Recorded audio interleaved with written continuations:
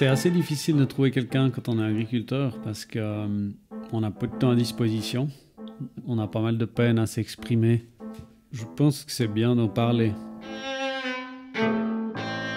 Bienvenue dans Au cœur des champs, un podcast de Terre et Nature qui s'intéresse aux histoires d'amour des agricultrices et agriculteurs qui vivent dans nos campagnes. Car il n'est pas toujours facile de cultiver l'amour quand on cultive la terre.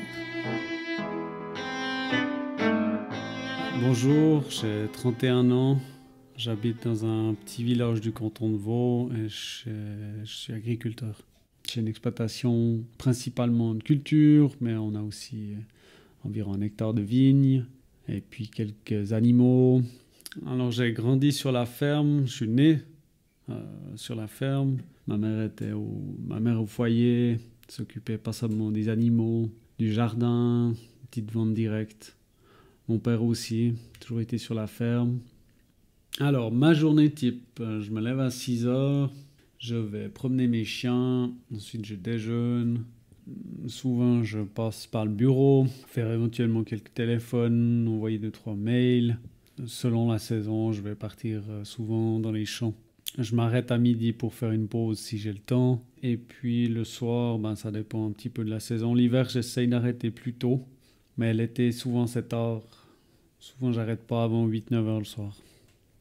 Physiquement, c'est un métier qui prend beaucoup de temps. Et psychiquement aussi. C'est aussi un métier où on a de la peine à ranger sa salopette dans le placard à la fin de la journée. Il n'y a pas vraiment de coupure. On a quasiment tout le temps notre métier dans la tête. On pense à des choses au quotidien, même le week-end parfois. Vous pensez à quoi? Au programme de la semaine suivante. Je pense au programme de la semaine suivante.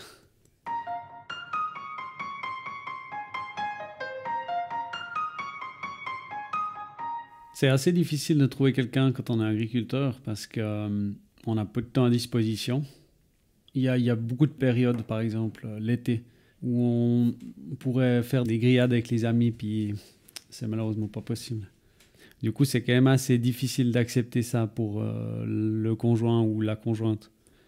J'ai pas eu outre mesure de relations longues. Ça s'est jamais présenté. C'est clair que étant souvent dans les champs, ça limite quand même passablement les contacts. En Suisse, c'est difficile.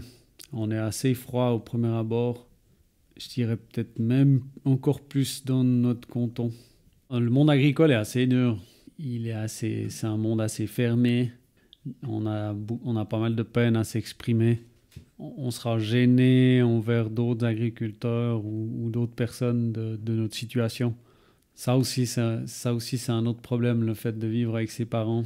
Ça met un frein quand même aussi parce que c'est un contact journalier qu'on ne souhaite pas forcément avoir avec ses beaux-parents. J'ai de la chance, je m'entends assez bien avec mes parents. Ouais. Ça n'a pas toujours été facile. À la reprise, il y a eu quelques complications, mais maintenant, je peux dire que ça roule assez bien. Ouais. Je suis sûr qu'ils seraient prêts à accepter quelqu'un de ma vie.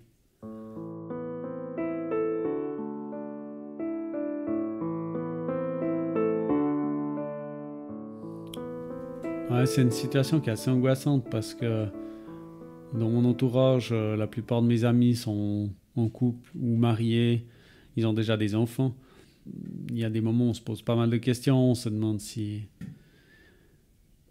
du coup on a fait le bon choix du métier, si on n'est pas en train de perdre notre temps d'une certaine manière. On a régulièrement des remarques.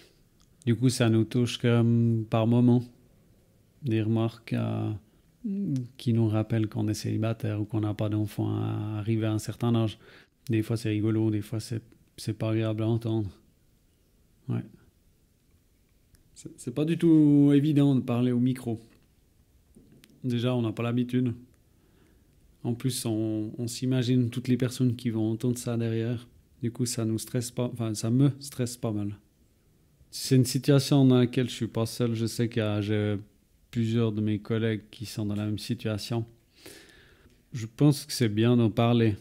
Il y a des personnes qui sont plus gênées que moi, qui peut-être oseront faire des démarches en sachant que c'est possible de le faire et puis qu'il n'y a pas de gêne ou d'honte à le faire.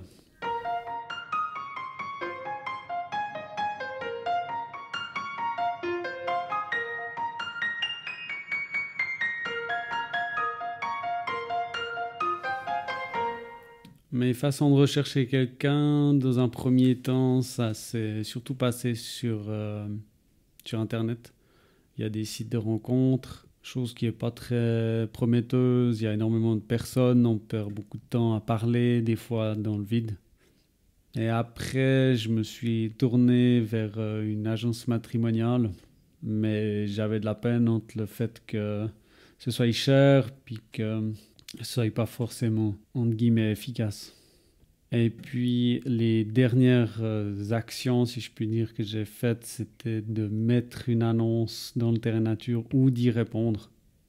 Chose qui, à mon goût, était beaucoup plus naturelle, je vais dire. Très difficile de savoir ce qu'on va écrire sur une petite annonce comme ça.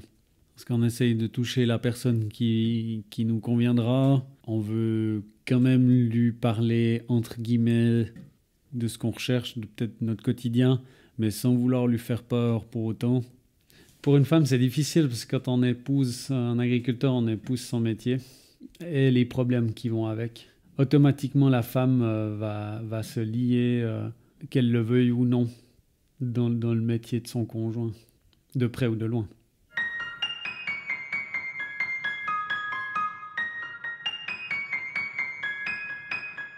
En ce moment, j'ai rencontré quelqu'un, et du coup, ça ne s'est pas du tout fait par le biais de tout ce que j'avais entrepris jusqu'à maintenant. C'est simplement un très bon ami à moi qui m'a présenté sa cousine. Là, on est dans une période creuse, du coup, j'ai pas mal de temps à disposition. Une fois qu'on va arriver au printemps, j'aurai beaucoup moins de temps. Et c'est là comment on se comportera tous les deux. Si j'arrive à faire une année complète, puis qu'on puisse s'entendre par rapport à ma disposition et mon métier, je pense que on sera bon pour la suite, en tout cas par rapport à mon métier.